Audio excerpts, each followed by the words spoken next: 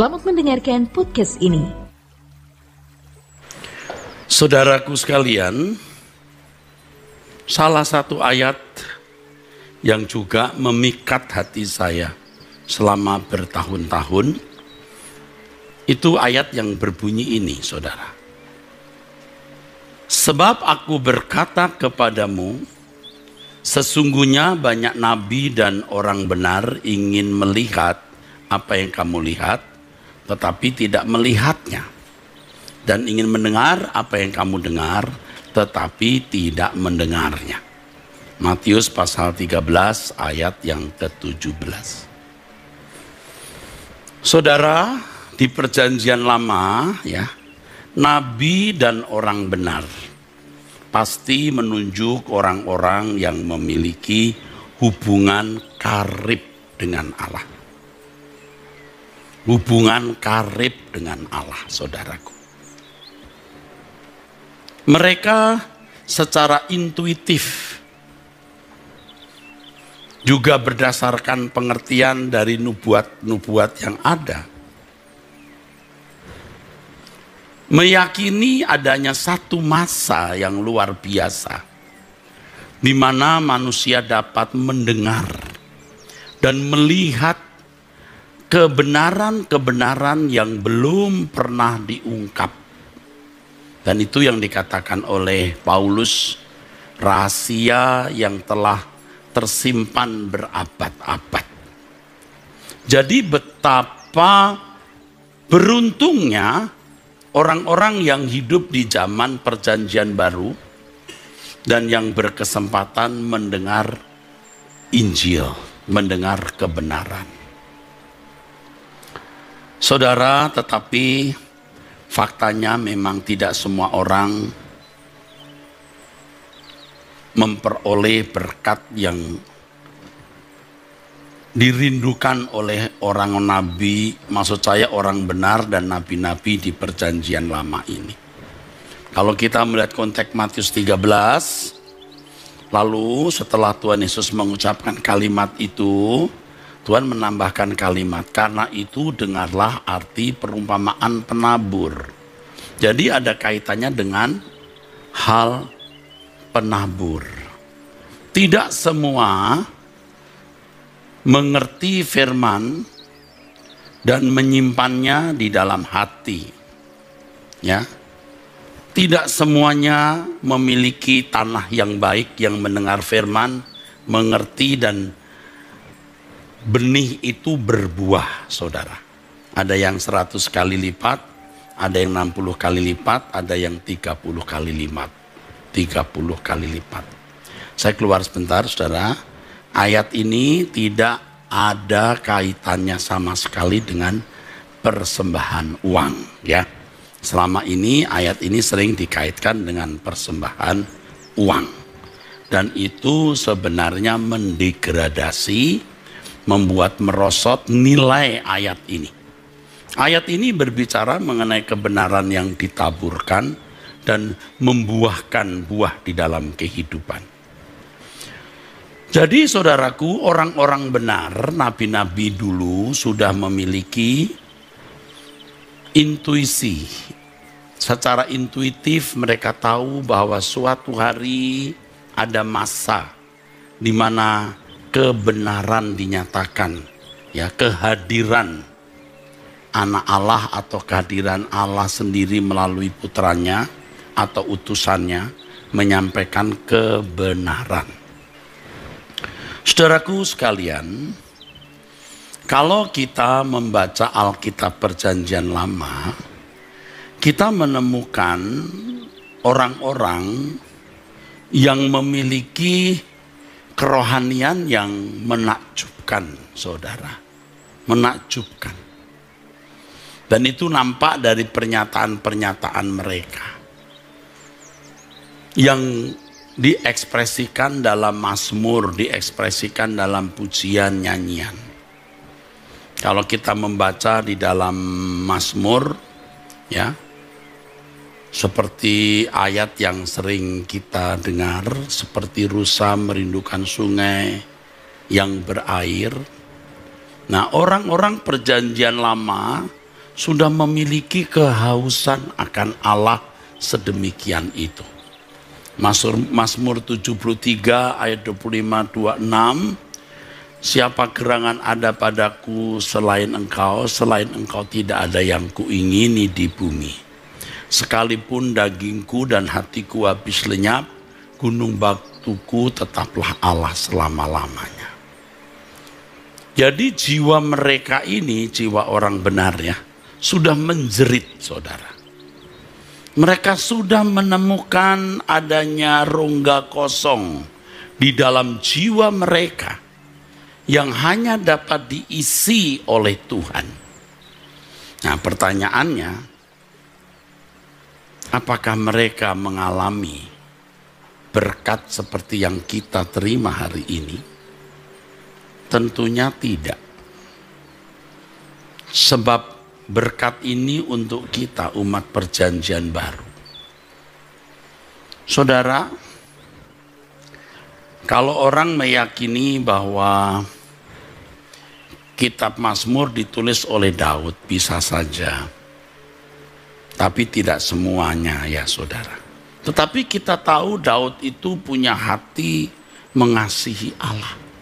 Ya termasuk Abraham dan lain-lain. Ini orang-orang benar. Tetapi mereka memiliki kualitas hidup belum sesuai dengan kesucian Allah.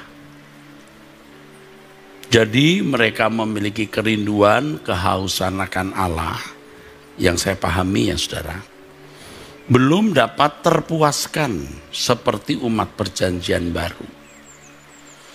Sebab tidak mungkin Allah mencurahkan dirinya, damai sejahteranya kepada mereka yang belum memiliki kapasitas hati yang memadai atau cukup. Saya ambil contoh Daud saja saudara. Daud itu orang hebat, kita setuju di zamannya. Mengasihi Allah iya. Tapi jangan lupa Daud itu istrinya 5 saudara. Sekarang orang Kristen istrinya 2 saja dikutuk. Nah kalau sampai 5, nah mungkin saudara berkata, wah dia beda pak, dia adalah raja. Ya siapapun saudaraku, siapapun. Jadi yang saya pahami dan saya kira ini benar, mereka belum memiliki kapasitas hati yang memadai untuk dipenuhi Allah. Belum. Nah di zaman perjanjian baru ini kebenaran dicurahkan. Dan hati seperti tanah subur ya menerima kebenaran tersebut. Berbuah, ada yang 100 kali lipat, 60 kali lipat, 30 kali lipat. Ini kan bicara mengenai buah yang dialami atau diterima orang yang menerima taburan kebenaran. Dan kebenaran ini tentu adalah kebenaran Injil. Kebenaran Injil yang hanya bisa dimengerti orang yang dipimpin Roh Kudus. Sampai orang memiliki kapasitas hati yang cukup untuk bisa dipenuhi Allah. Ya.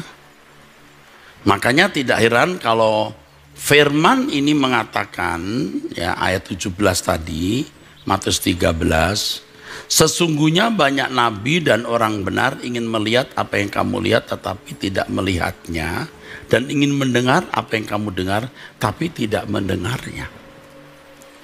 Ya, mereka memiliki kehausan akan Allah. Mereka sudah menemukan rongga kosong dalam jiwa mereka yang tidak bisa diisi oleh siapapun kecuali oleh Allah.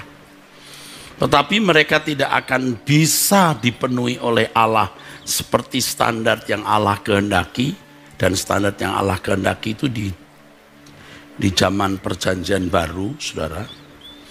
Secara intuitif ya, mereka mempercayai ya Pasti ada masa di mana manusia bisa menerima apa yang Allah sediakan secara penuh. Secara penuh, saudaraku. Dan itulah masa atau zaman kita ini, saudara. Itulah masa atau zaman kita ini. Tetapi tidak semua orang ternyata memiliki hati seperti tanah yang subur untuk menerima taburan kebenaran.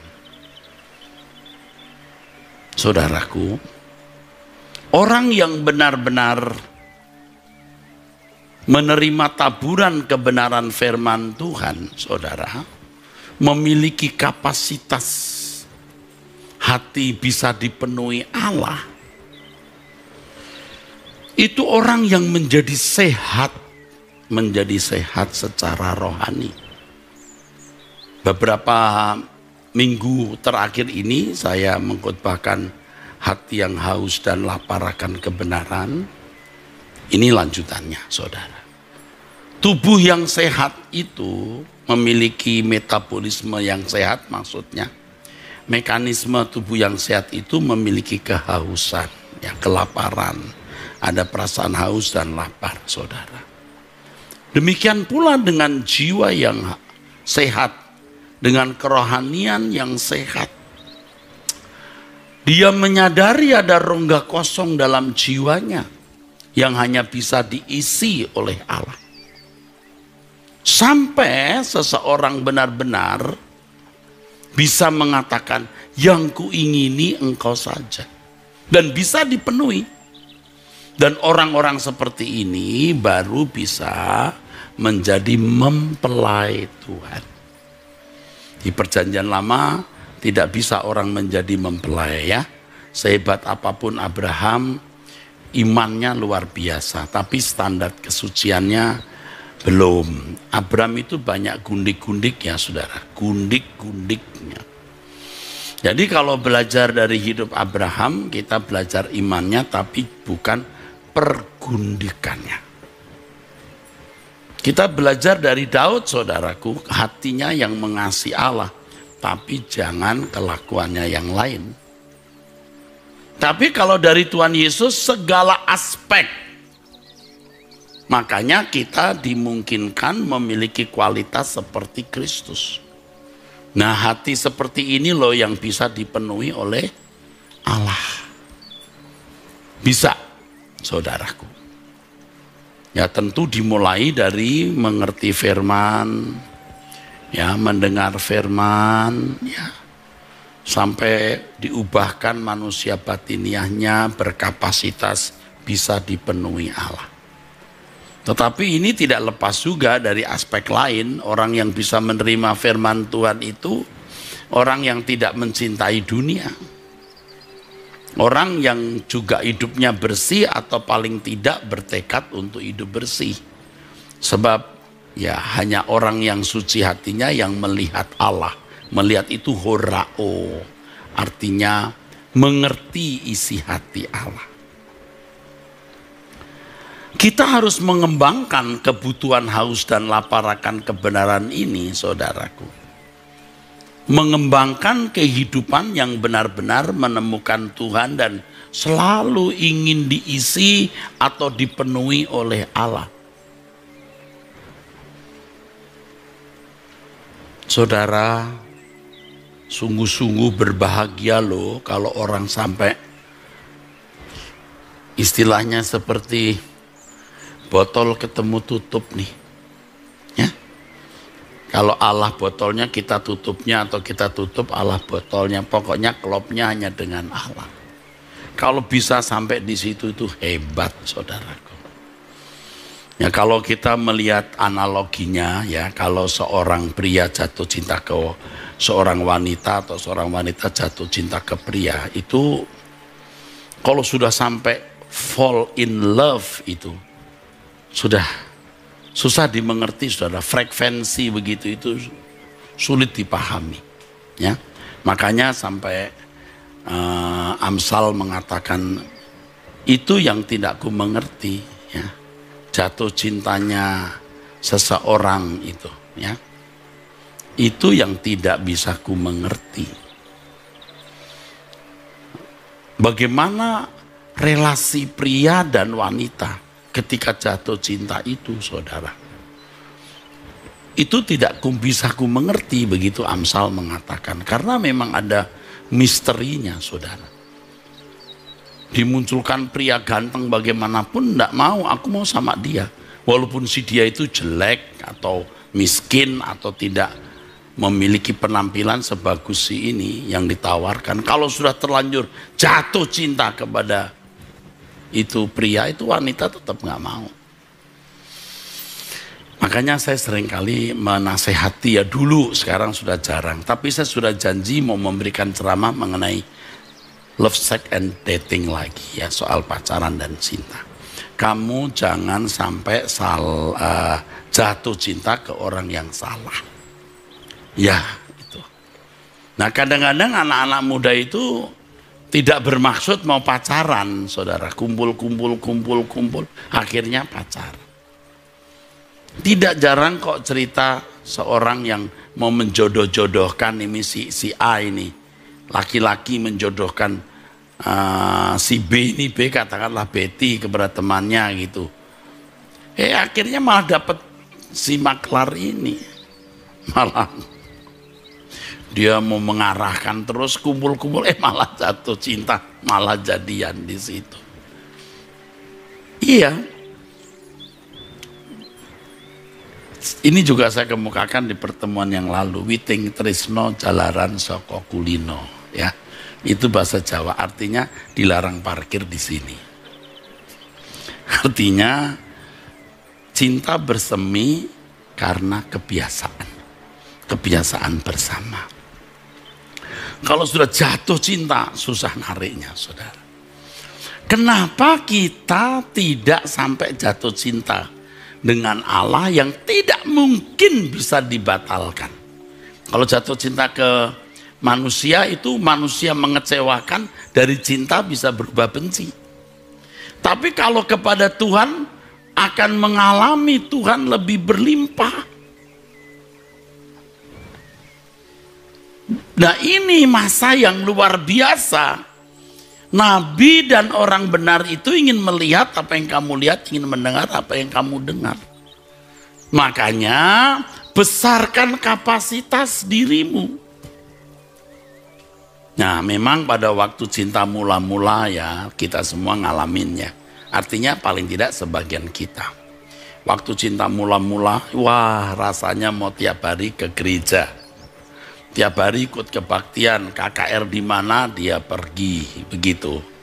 Ada seminar-seminar dia pergi. Tapi itu tidak permanen begitu, saudara. Ada masa-masa menjadi tawar hati. Ya, yang mengalami itu. Ada tawar hati, ya.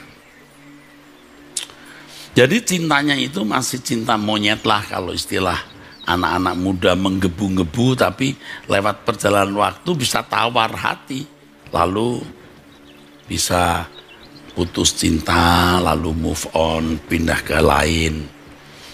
Bisa. Cinta mula-mula menggebu-gebu, tapi dalam perjalanan itu bukan tidak mungkin menjadi tawar hati lalu cinta dunia.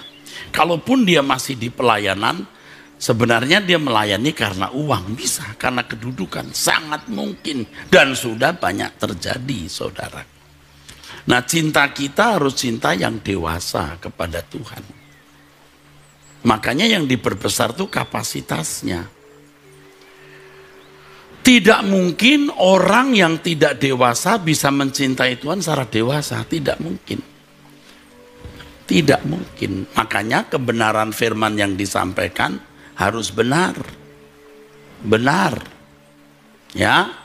Tentu disertai dengan pengalaman dengan Allah, sehingga orang-orang seperti ini baru bisa seimbang berjalan dengan Tuhan dan bisa diisi, dipenuhi oleh Allah. Dan sebenarnya kalimat yang boleh saya kemukakan, ya Tuhan, bisa saling mengasihi, saling memenuhi. Saya tidak tahu bagaimana menjelaskan, tapi saya akan jelaskan, ya saudara. Elohim Yahweh itu dahsyat sekali, saudara. Dahsyat. Bagaimana menciptakan satu makhluk yang bisa mengasihi dia, tapi juga bisa memberontak. Itu resiko tinggi, saudara. Seperti ya, setan itu juga sebelum jatuh itu ya, itu juga memiliki kehendak bebas. Tapi Allah kita itu perkasa. Perkasa bukan hanya dalam arti fisik, tapi dalam menghadapi segala situasi. Manusia juga diciptakan dalam kondisi seperti itu. Itu luar biasa. Bisa menyakiti hati Allah, tapi juga bisa menyenangkan hati Allah. Bisa saling mengisi itu loh, saudara. Kalau di Perjanjian Lama, di kitab Amos khususnya, bangsa Israel itu digambarkan sebagai kekasih Allah. Ya, istri yang tidak setia, ya, tetapi jika bertobat bisa diterima kembali. Ini menunjukkan hubungan eksklusif, ya. Kalau di Perjanjian Baru jelas, Efesus pasal 5, bahwa hubungan antara Kristus dan jemaat itu, ya, itu luar biasa. Ketika bicara mengenai hubungan suami istri, Paulus mengatakan yang kumaksud adalah hubungan Kristus dan jemaatnya. Hubungan yang sangat eksklusif. Allah bisa menciptakan hubungan antara pria dan wanita begitu agung, begitu mulia, begitu ajaib, sampai Amsal mengatakan aku tidak mengerti. Allah juga menciptakan hubungan yang luar biasa antara dirinya dengan umat. Dan itu dipenuhi secara utuh, lengkap, sempurna di zaman Perjanjian Baru. Tapi tidak otomatis kepada semua orang Kristen. Tapi mereka yang menerima taburan firman yang berbuah 160 dan 30 kali lipat itu. Makanya kita harus mengembangkan kehausan dan kelaparan kita dengan belajar kebenaran dan ya mengalami Tuhan, karena Allah itu hidup yang harus dialami. Tidak cukup dengan rumusan definisi tentang Tuhan atau ilmu tentang Tuhan atau teologi, ya saudara. Nah, banyak orang itu merasa apa yang dia yakini itu dia alami. Jadi tidak ada kehausannya. Bisa nyanyi seperti rusa merindukan sungai yang berair, tapi nyanyi saja. Bisa nyanyi kesukaan yang ceria hanya ada padamu. Tapi itu semua fantasi. Karena Allah yang dikenal itu di atas kertas. Dan maaf ya, maaf nih, yang menyampaikan khotbah, yang menyampaikan firman pun juga di tataran kertas itu. Coba kalau gajinya kurang, dia protes.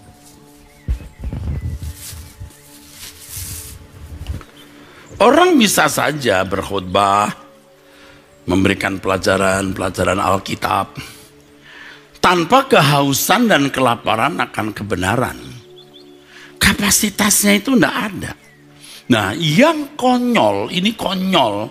Orang merasa dengan ilmu teologi itu kapasitasnya jadi besar. Makin banyak ilmunya, makin besar kapasitas dirinya. Tidak, saudara, tidak. Saya tidak sedang menjolimi ya, menista para teolog dan sekolah tinggi teologi, ya, enggak sama sekali. Makanya belajar teologi harus disertai pergaulan dengan Allah, kerendahan hati, ya. Kita harus memiliki keberanian untuk mengambil langkah apapun untuk mengembangkan kehausan kelaparan akan Allah ini. omeli, marahi dirimu kalau tidak memiliki kehausan akan Allah. Orang tuh kan biasanya dari satu hobi ke hobi berikut, dari satu kesenangan ke kesenangan yang lain, terus begitu lalu sampai mati. Aduh saudaraku, ayo kita sadarlah ya. Kosongkan bejana hatimu. Sebab orang yang masih mencintai dunia itu tidak akan mengenal kebenaran. Lukas 16 ayat 11. Jadi memang harus berani meninggalkan percintaan dunia dan meninggalkan apapun yang itu bisa menyakiti hati Allah. Saudara, saya ini bukan orang sempurna yang mudah mencapai hal tersebut. Saya juga berjuang, saudaraku, berjuang. Saya mau berubah, maka saya mengatakan kepada semua pejabat Gereja Suara Kebenaran Injil, kita tiarap ya. 6 bulan ini tidak ada pertemuan, tidak ada kegiatan apa-apa, tiarap. Dan saya malah mengatakan bagi yang masih mau menjadi bagian dari Sinode GSKI, silahkan daftar. Yang tidak, silahkan keluar. Nanti 1 Juli baru saya akan membuat pertemuan pertama tahun 2021. Tiarap dulu deh, tiarap dulu ya. Kita benahi diri dulu. Jadi kalau sampai kita memiliki kecintaan yang mendalam kepada Tuhan, atau paling tidak kesediaan untuk mencintai Tuhan lebih dari yang lain, percaya kita bisa mencintai Dia lebih dari yang lain. Bisa. Ya. Kita memiliki kehausan yang kuat terhadap Tuhan, saudaraku. Jadi kita mengingini Tuhan itu bukan karena kita mengingini kuasanya, mujizatnya, atau pertolongan Tuhan atas hidup kita. Enggak, dulu kita begitu.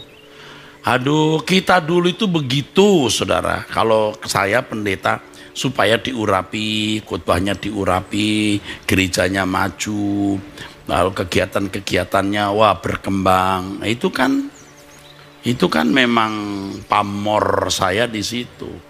Itu kan prestasi saya. Kita kan nyanyi lagu itu, berkibarlah benderaku, bendera Erastus. Itu begitu. Sekarang kita mau berubah. Kita bukan orang baik loh. Kita jujur bukan orang baik. Kita mau jadi baik. Nah, Bapak Ibu jangan sampai pada waktu mati Anda tidak punya apa-apa.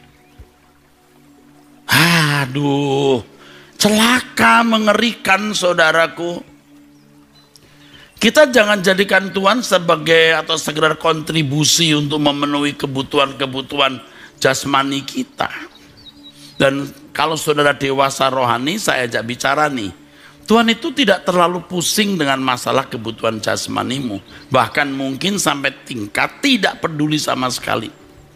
Nah, orang Kristen abad mula-mula juga mengalami berbagai keadaan sulit. Tuhan biarkan. Tuhan gak tolong, mati aja. Penggal kepalanya dipenggal saja, dimasukkan kandang binatang buas, masukkan saja. Karena Tuhan lebih peduli dengan keselamatan kekal kita. Jadi bukan tidak mungkin setelah ikut Tuhan Yesus ekonomi saya berantakan, Pak. Iya.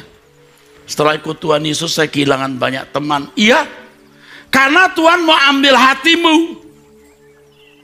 Mau? Silakan. Nggak mau? Wes, terserah situ. Jadi kalau sampai kita dengan umur makin tua tidak makin haus akan Allah, itu satu kata saja, sesat. Sesat ya. Makin tua tapi masih banyak keinginan, itu sesat. Ya, saya pernah dengar loh orang sudah tua berkata, cita-cita saya Pak, saya itu pengen punya villa di sini. Loh, umur Bapak ini sudah piro. Nah, kalau punya villa juga berapa kali sebulan mau datang? Nah, saya saja sudah belajar mati-matian, tidak gampang saudaraku, tidak mudah. Ya, makanya sejak muda sudah dengar khotbah ini, lepaskan ikatan. Kamu nggak jadi miskin, tidak akan dipermalukan. Jadi kekasih Tuhan, loh, kekasih Tuhan, kekasih Tuhan. Kamu disakiti orang, Tuhan yang tampil dan berkata, mengapa kau aniaya aku? Enak kan? Mati dijemput Tuhan. Enak kan? Kok gitu aja nggak mau? Aduh, nggak mau. Tapi Pak, saya masih muda Pak, saya masih pengen ya kayak anak muda lah pacaran. Loh, dikasih. Tapi tunggu tanggal mainnya. Ya kan? Jangan membuat jadwal sendiri ya. Nanti kamu salah pilih, kamu pikir bidadari ternyata kuntilanak. Nah, baru nyesel kamu. Tuhan tuh pasti kasih ya. Kau pikir wah pendekar nih, ternyata penjahat ya kan. Mau nggak ya saudara kita jadi orang yang begini? Tuhan, aku merindukan memandang wajah-Mu. Lalu Tuhan Yesus menjawab, aku juga rindu kau melihat wajahku dan kita bertatap-tatapan. Waduh, indah sekali saudara. Makanya, aduh, Tuhan itu ya membuat saya itu botak saudara. Rontok saya. Aduh, Tuhan itu memproses saya luar biasa. Saya rela Tuhan, tidak punya apa-apa. Masih kamu punya itu harga diri. Wah, dirontokkan juga yang satu ini. Jadi melalui setiap peristiwa yang Tuhan izinkan itu, kita melihat Tuhan sedang merontokkan semua ikatan-ikatan di dalam diri kita. Supaya kita hanya teduh bersama Tuhan. Itu. Ya. Ini jadi PR kita semua saudara, bagaimana setiap saat itu kita ada di hadirat Tuhan. Setiap saat. Setiap saat. Jadi dimanapun, kapanpun, kita di hadirat Tuhan. Jangan hanya nyanyi, hanya dekat Allah saja aku tenang. Ngerti nggak apa maksudnya hanya dekat Allah saja kita tenang? Ia harus menjadi segalanya dalam hidup kita dulu. Makanya kapasitas diri kita harus diperbesar. Mangkok hidup kita harus diperbesar untuk Tuhan. Semua kesenangan-kesenangan dunia harus dilepas, saudaraku. Ya, ayo kita serius ya. Walaupun kita punya rumah, punya mobil, punya fasilitas, jangan terikat dengan semua itu. Ya. Kadang-kadang orang tidak punya, tapi masih terikat, yaitu dalam bentuk keinginan. Memang belum punya, tapi keinginan pun sudah jadi ikatan. Orang kaya itu sukar masuk kerajaan surga, tapi orang ingin kaya sama, sesat juga. Jadi saudaraku sekalian, kita mesti mengerti firman. Makanya saya katakan di pertemuan yang kemarin itu, minggu lalu, saya katakan. Yang pertama, saudara cari gereja dan pendeta di mana engkau bisa memperoleh kebenaran. Tuh. Ya, kalau saudara di Truth ID mendapat kebenaran, ayo. Kalau saudara tidak merasa terberkati, please pindah ke channel lain, enggak masalah saudaraku. Ya, kita harus bisa hidup bersama-sama dengan Tuhan, menikmati kesukaan-kesukaan yang sama. Jangan kita menikmati kesenangan, Tuhan tidak menikmati kesenangan itu, atau sebaliknya. Kita harus memiliki kesukaan atau kesenangan-kesenangan yang bisa kita nikmati bersama dengan Tuhan. Orang yang haus dan lapar akan kebenaran, orang yang haus dan lapar akan Tuhan sendiri, atau merindukan sebuah hubungan yang ideal dengan Allah, orang yang akan berusaha untuk melakukan apa yang Tuhan senang kita melakukannya. Jadi kalau saudara mengatakan seperti rusa merindukan sungai yang mengalir, lalu aku merindukan Engkau Tuhan, ya. Kapan? Berapa lama? Jangan hanya pada waktu kita di gereja mengatakan aku merindukan Engkau ya Allah. Berapa lama? Ya, jam kebaktian atau waktunya nyelaku itu. Saudara, saya semakin menghayati bahwa Allah yang terhormat itu Allah yang tidak ingin diduakan, saudara. Jadi kalau kita mengatakan seperti rusa merindukan sungai yang mengalir, kapan? Setiap saat. Aku tidak bisa hidup tanpa Engkau Tuhan, setiap waktu. Dan jika itu benar, jika itu serius, jangan lakukan apa yang melukai hati Tuhan. Coba semenang-menang ya, semena-mena ya, kalau kita dengan Tuhan bisa berkasih-kasihan. Maksud saya kita pikir bisa berkasih-kasihan, sementara kita melakukan hal-hal yang Tuhan terlukai. Itu semena-mena terhadap perasaan Tuhan. Sama seperti suami istri ya. Ini terjadi benar, ini banyak terjadi. Pria mau dilayani istri, mau bercinta dengan istri, mau baik-baik pada waktu tertentu saja, di mana pria dilayani waktu di meja makan, pada waktu di tempat tidur. Tapi selebihnya pria ini sembarangan hidup, ngomong kasar lah, dan melakukan banyak hal lain yang melukai hati istri. Aduh, itu melukai, saudara. Nah, bayangkan kalau kita dengan Tuhan juga begitu.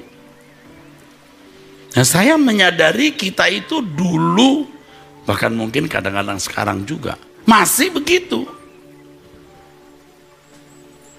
Mulut kita ya mengatakan gunung batuku dan bagianku, tetaplah Allah selamanya.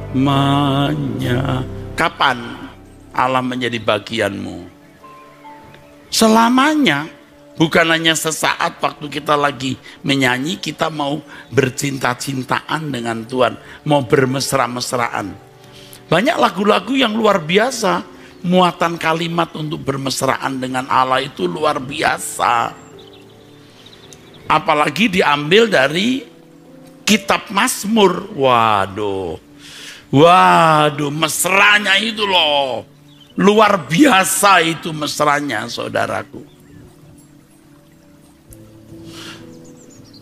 Tadi sudah saya beritahu bahwa yang saya pahami ini, mereka pemazmur dan semua umat perjanjian lama belum bisa dipenuhi oleh Allah. Hanya umat perjanjian baru yang diberi fasilitas kebenaran, memperbesar kapasitas diri untuk bisa dan layak dipenuhi oleh Allah.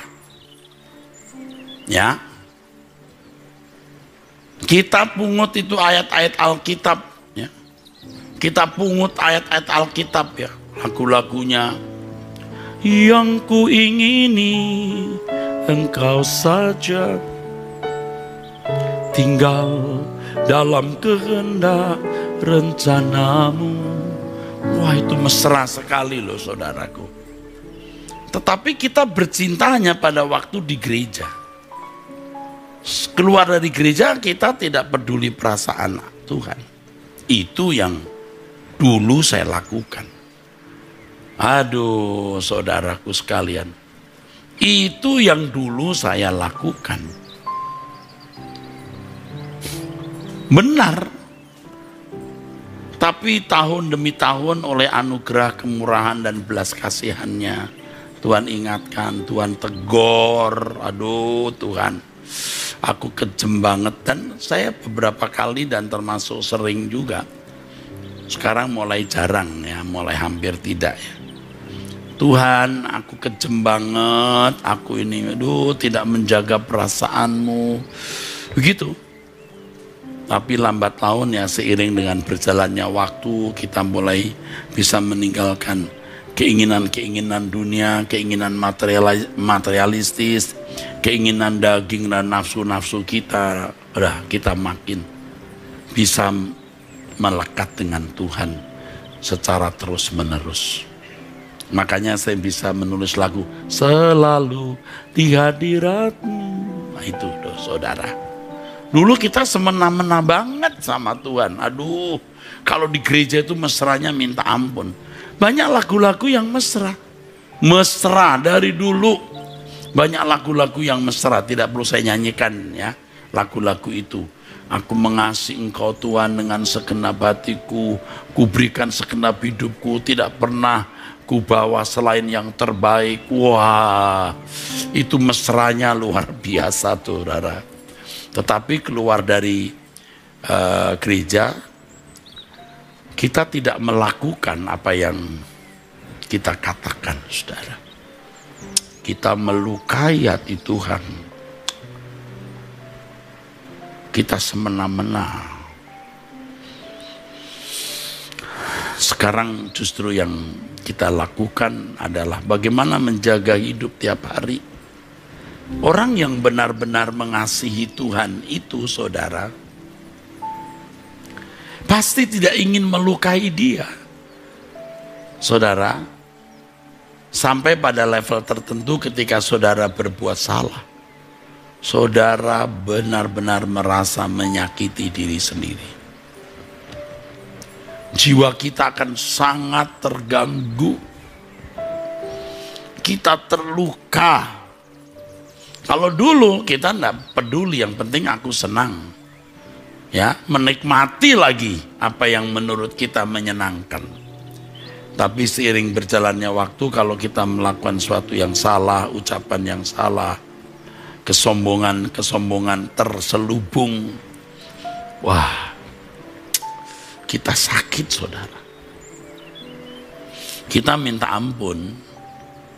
Kita tahu Tuhan mengampuni, tapi kadang-kadang sampai kita sulit mengampuni diri sendiri. Itu jadi trauma.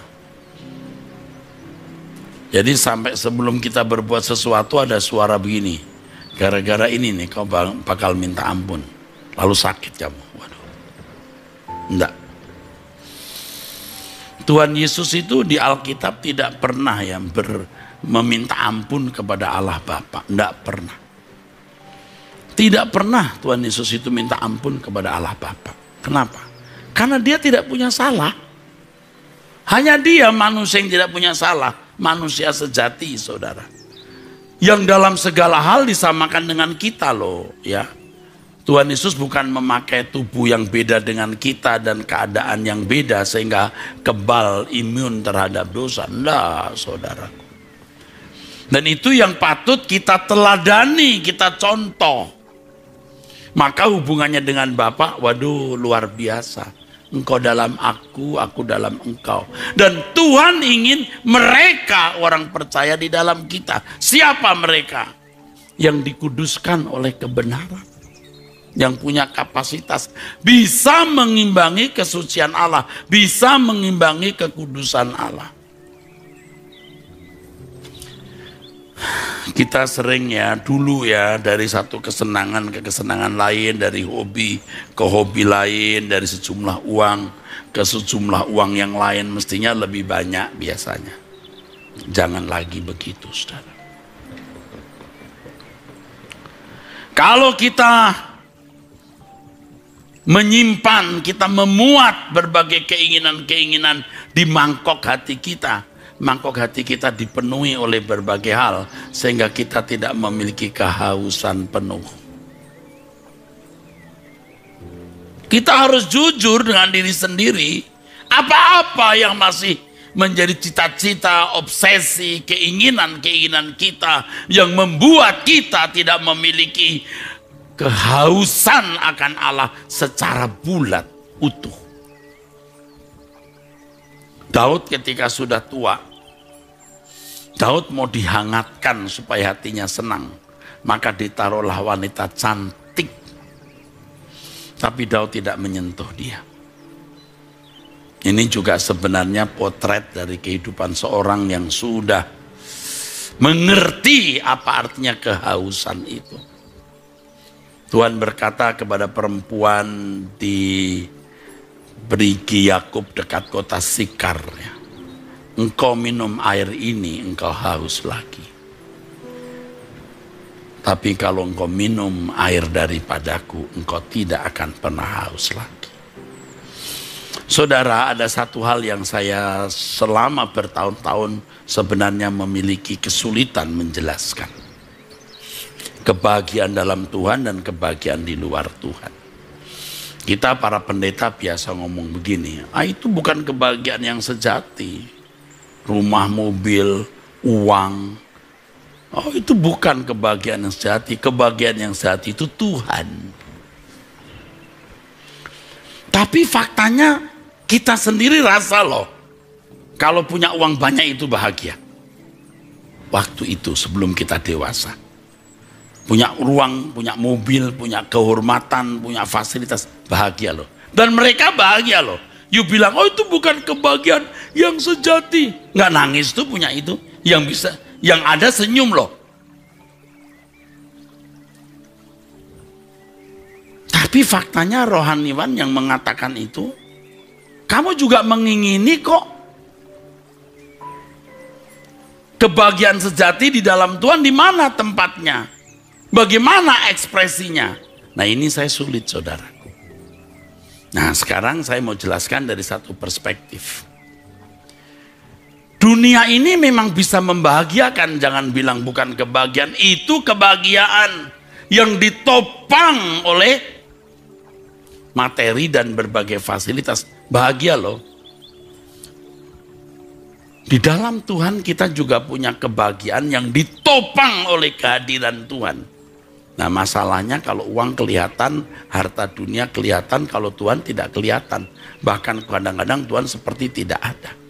Tetapi kalau kita tekun di sini sampai tingkat haus akan Allah, ini kebahagiaan yang membawa kita ke dalam kerajaan surga, tapi kebahagiaan dunia membawa orang ke neraka.